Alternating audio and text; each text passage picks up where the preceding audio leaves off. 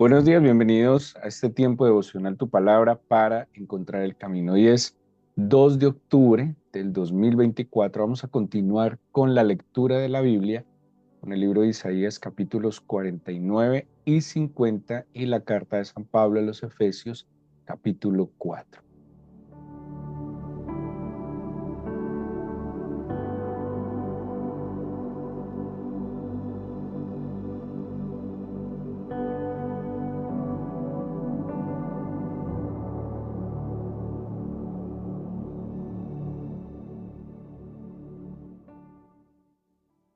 Ubiquémonos en el capítulo 4 de la carta a los Efesios. Acordémonos que esta carta está escrita desde la prisión.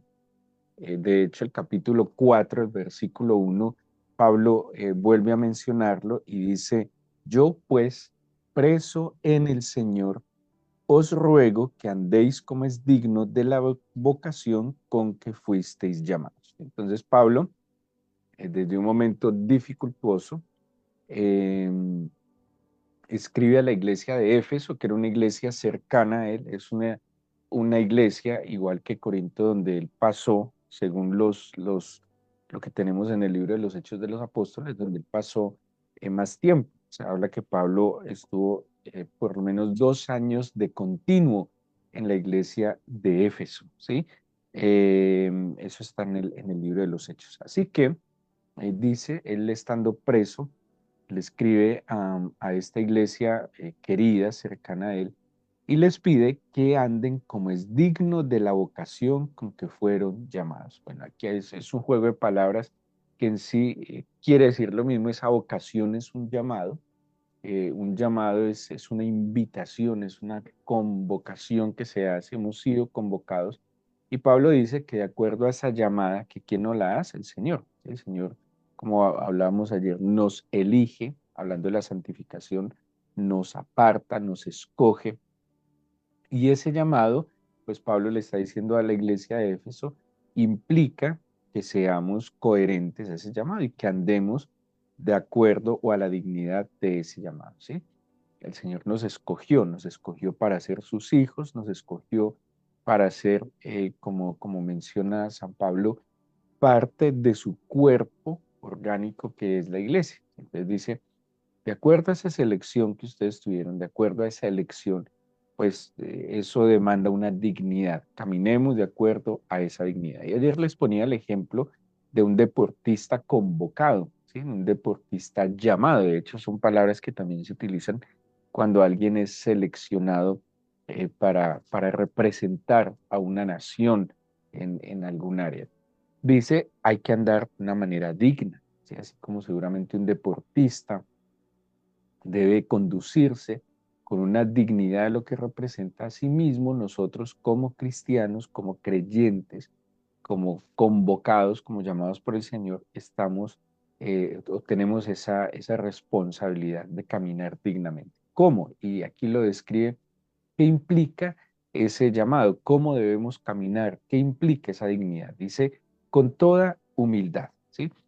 En estos días hacían una crítica a un equipo seleccionado porque, claro, cuando alguien es seleccionado, apartado, se convierte en una especie de referente.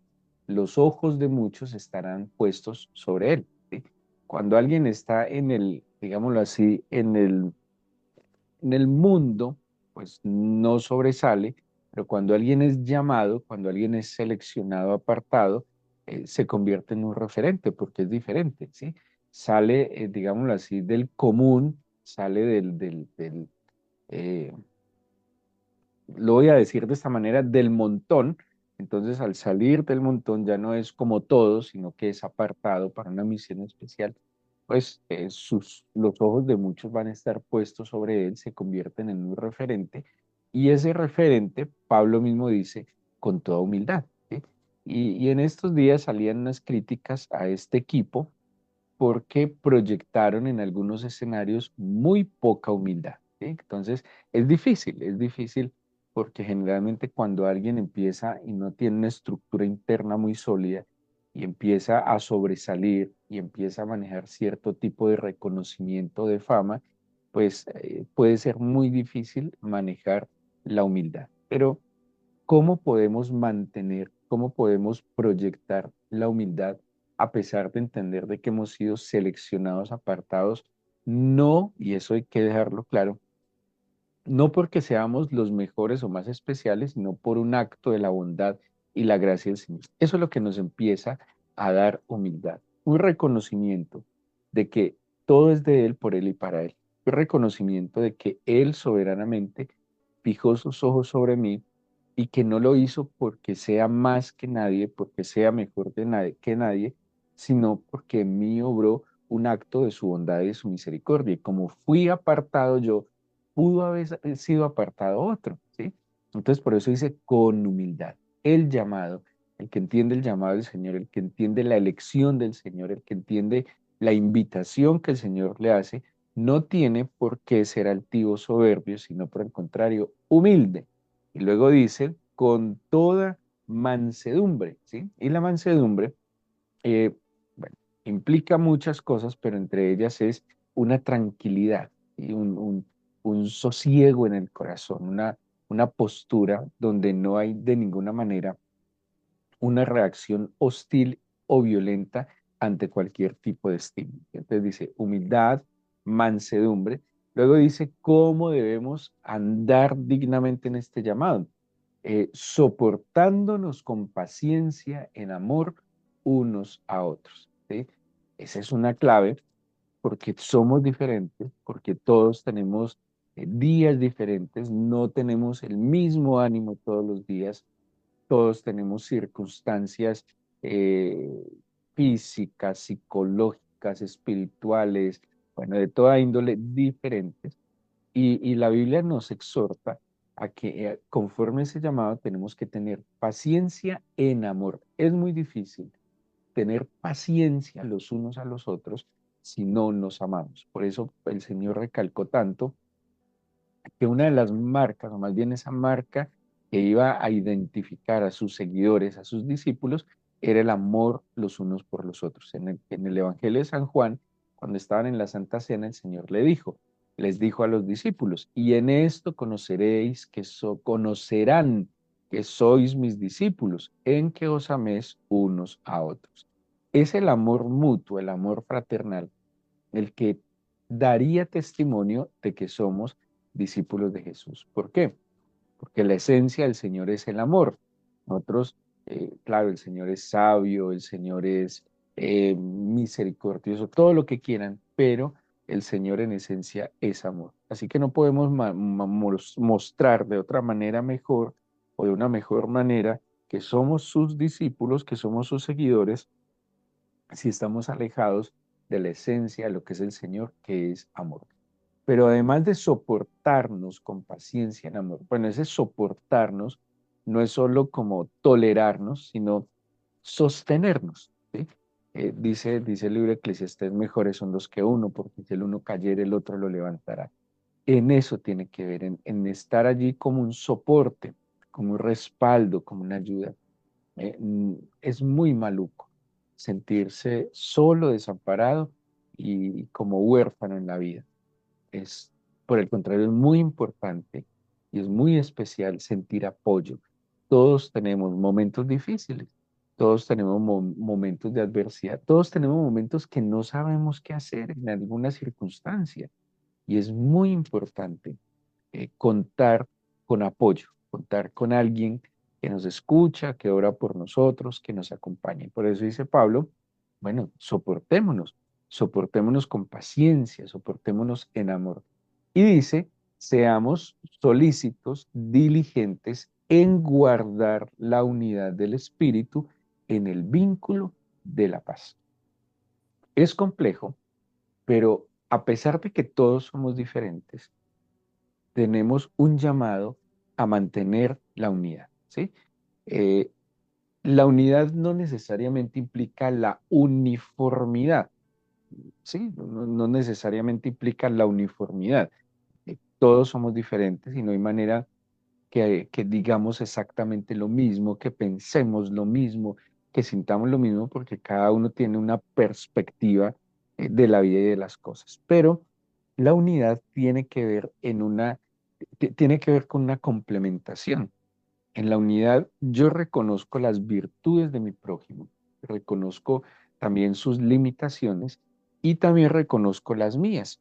Entonces yo trato que mis virtudes, que mis fortalezas ayuden, complementen las debilidades o las dificultades del otro. No hay ningún ser humano que sea perfectamente completo, que tenga todas las habilidades, que tenga todas las capacidades, de ninguna manera.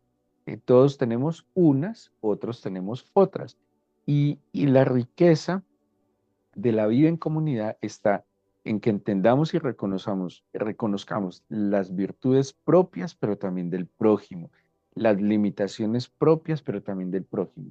Y de esa manera cada uno trata de aportar lo mejor y de tener la humildad para recibir lo que el otro me puede conceder. Ah, porque por eso dice el principio con toda humildad, porque la humildad también nos ayuda a recibir. Hay personas que les cuesta mucho recibir, que les cuesta que les presten un servicio, que les cuesta que les den. No sé por qué, no entiendo la raíz de la situación, pero si yo tengo una capacidad de dar, pues tengo que tener también la capacidad y la humildad para recibir.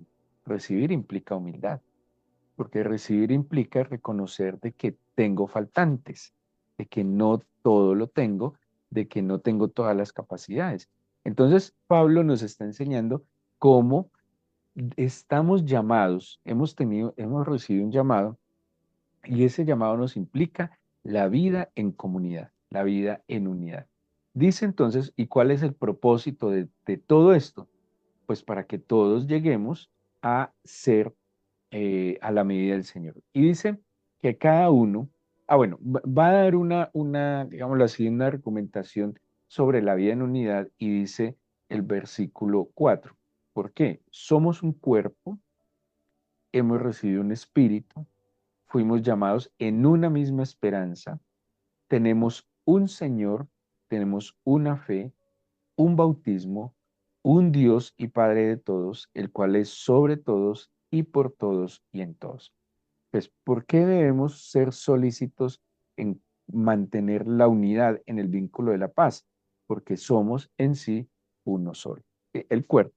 Y es una alegoría que utiliza en varias oportunidades San Pablo.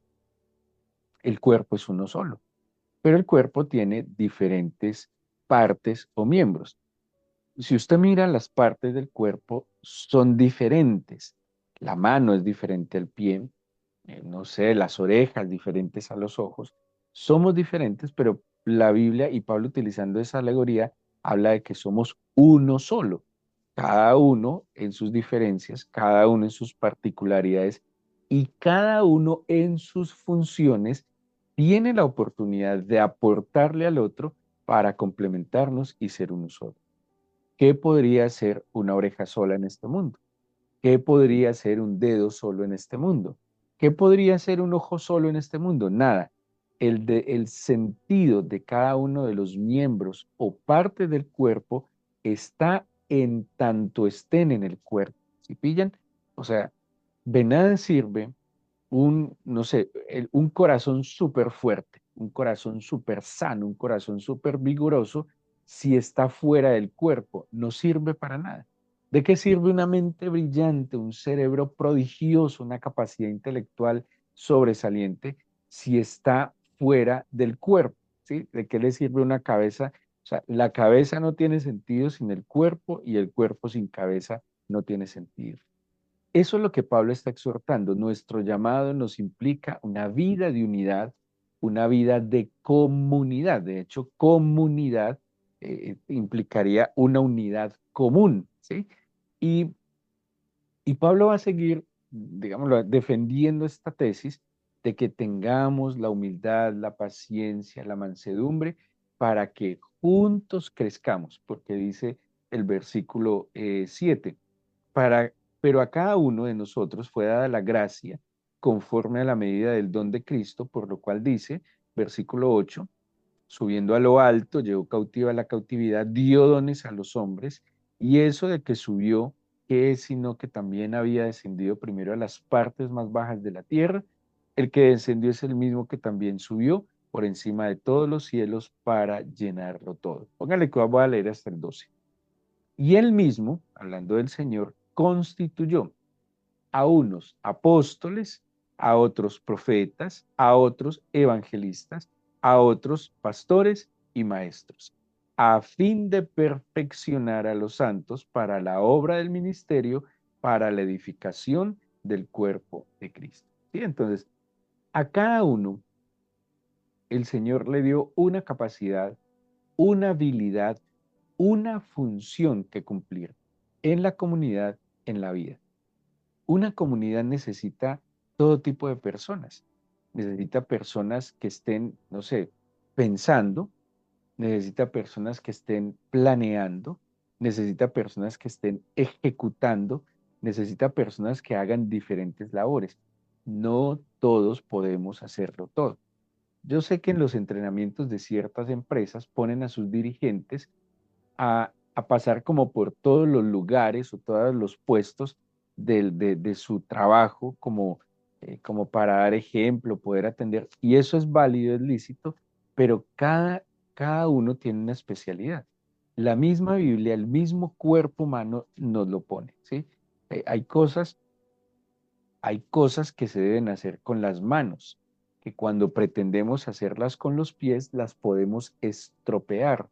Hay cosas que se deben hacer con los pies y cuando pretendemos hacerlo, no sé, con la cabeza, lo podemos estropear o nosotros mismos. Cada cosa tiene un lugar, un deber ser.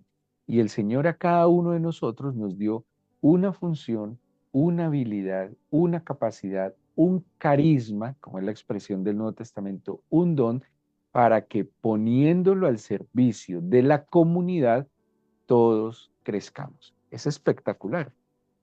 Y esa visión que nos muestra San Pablo, que nos muestra la lógica del cuerpo humano, es lo que debería hacernos a nosotros más humildes. Por más capacidades que tengamos, no tenemos capacidades de hacerlo todo, ¿sí? Por más talentos o habilidades que tengamos, no hay manera que lo podamos hacer todo. Necesitamos la ayuda del otro, porque como les dije ahora, un miembro del cuerpo no es nada si no está en el cuerpo. ¿Sí? Y esto usted lo puede llevar a cualquier escenario en la iglesia. Aquellos que no se congregan, aquellos que les da pereza ir a la iglesia, aquellos que son apáticos a la comunidad de fe, aquellos que son indiferentes, porque hay muchas personas, a pesar de ser cristianas, que son indiferentes a la comunidad de fe, no les gusta congregarse, no les gusta interactuar, no les gusta ir a la iglesia y más hoy pues con todo este tema de la virtualidad. Pero no tiene sentido un cristiano que no se congrega, ¿sí? Ahora, hay otras situaciones, situaciones de salud, situaciones de distancia, problemas reales de movilidad, obvio, pues que ahí no hay nada que hacer, pero es como una indiferencia y una apatía a la comunidad. El ser humano en su entorno no puede vivir aparte de la comunidad. Estamos diseñados para compartir y construir con la comunidad. Cosas que se han perdido en el pasado, por ejemplo, la vecindad. Éramos más lejanos porque había más espacio entre las casas, pero estábamos más cercanos. Había un cuidado mutuo. El vecino, como decíamos nosotros, le echaba ojo a nuestras cosas. Yo le podía cuidar también a mi vecino. Había una cierta cercanía y hermandad.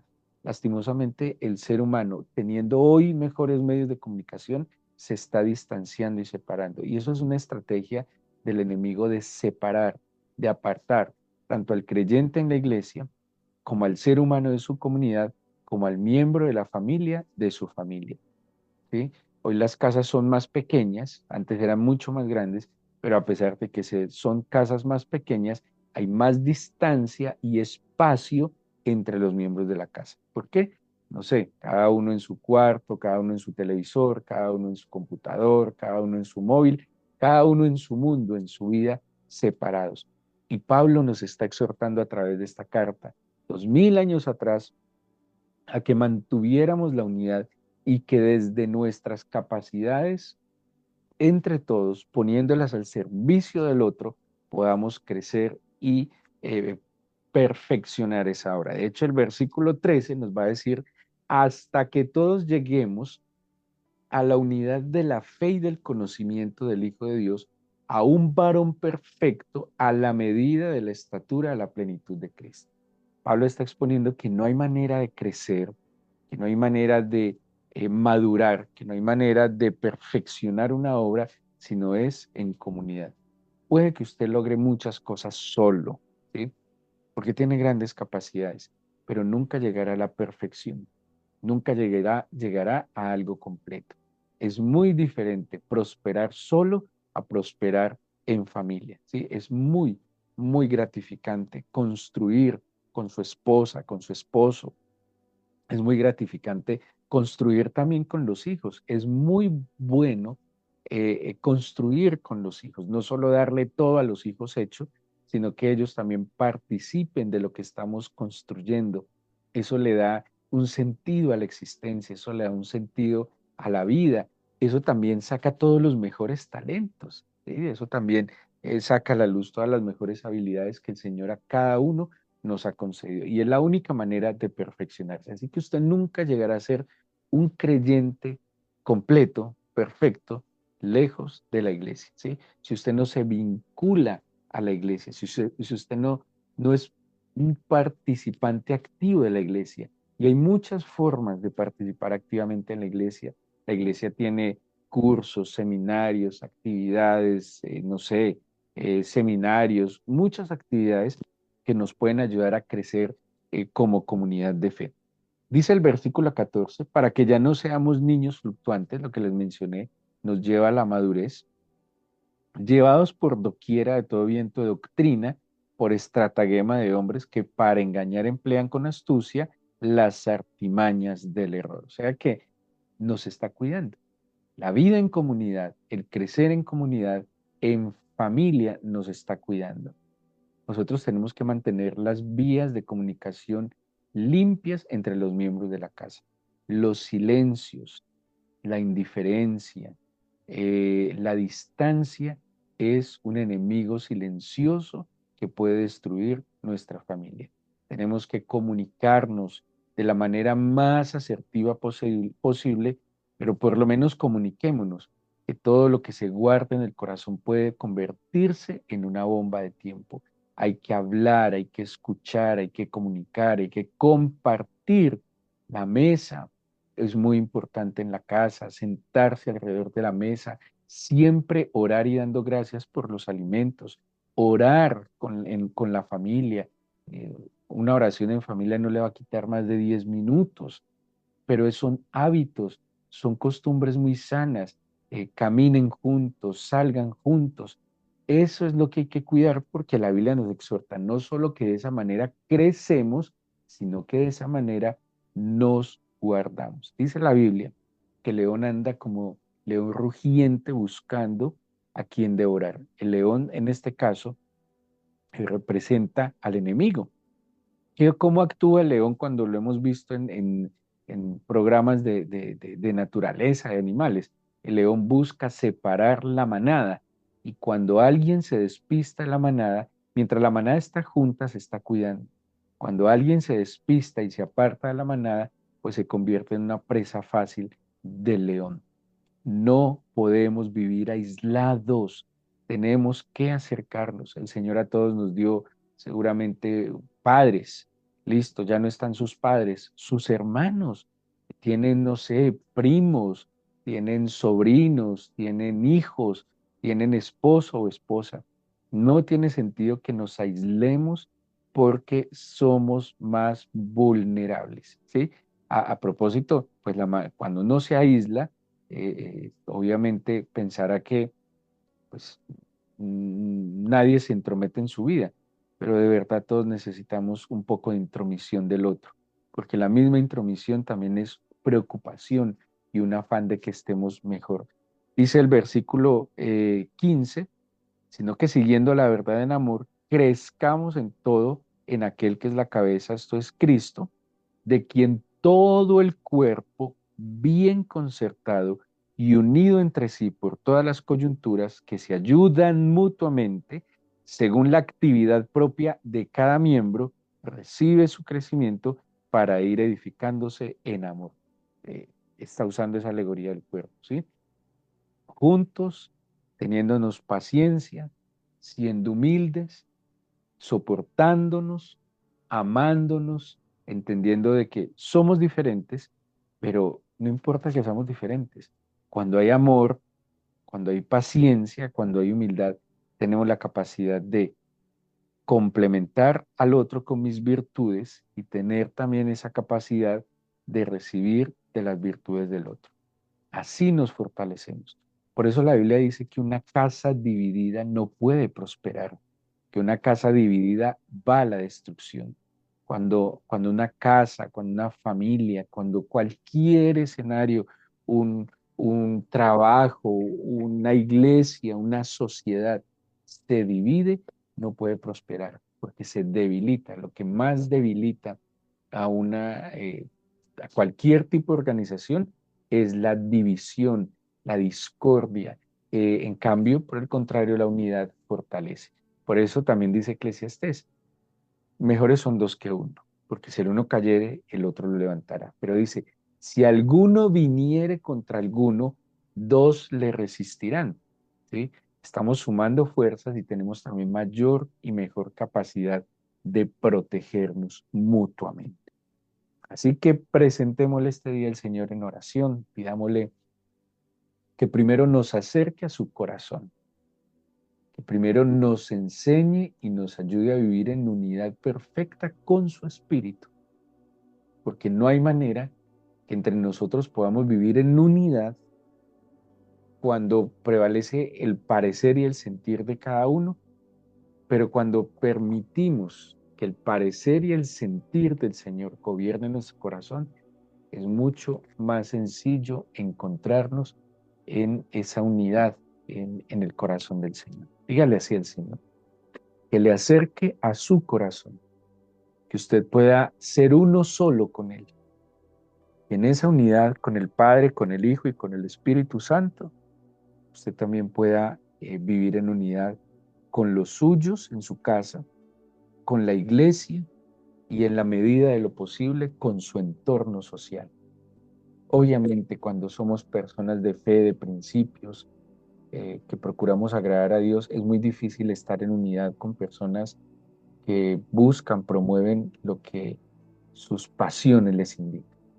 Pero en la medida de lo posible, Señor, podemos tener y aportarle a la sociedad lo mejor, Señor, y tomar de la sociedad lo que sea para nuestra buena edificación. Dígale, Señor, dame un corazón humilde, paciente, dame un corazón, Señor, manso, para ser diligente, entendiendo, Señor, las buenas cosas que tengo, las virtudes que tengo, pero también con humildad las limitaciones para saber recibir ayuda a tiempo. El orgullo a nadie salva, Señor, pero un corazón humilde siempre podrá recibir ayuda a tiempo. Ayúdame tú ante todo. Dame tu compañía, tu dirección, tu plenitud, y a través de mí sirve a mi prójimo. Que yo sea siempre un instrumento tuyo de amor, de paz, de comprensión y de ayuda. Ore por su familia, haga una oración por su familia, por su casa.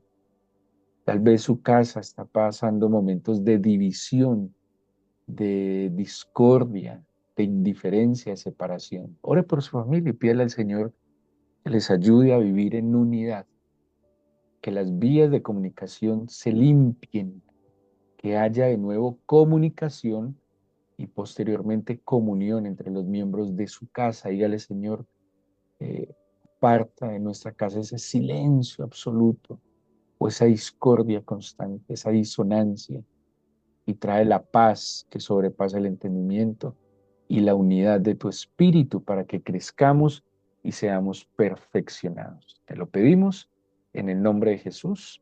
Amén.